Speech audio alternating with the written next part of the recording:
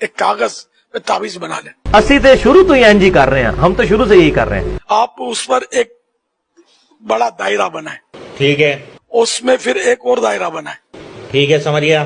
और एक तीसरा छोटा दायरा बनाए इसमें, ठीक होगा जी, मुकाओ जी, टाइम खत्म होने लगा। और इसको सीधी तरफ से लपेट कर आप इसका ताबीज बना लें। और इसको प्लास्टिक कोटिंग कर लें, मगर ये सारी कार्रवाई बीवी को पता नहीं चलनी चाहिए। अपने पास रखें। जब बीवी तानों पर, तशनी पर, बिगाड़ पर आ जाए ना, समझ रहे हैं आप बात मेरी, समझ रहे हैं ना? हाँ, तो आप आगे पीछे होकर, साइड होकर, बोलना तो है नहीं ना, कुफले मदीना लगाना।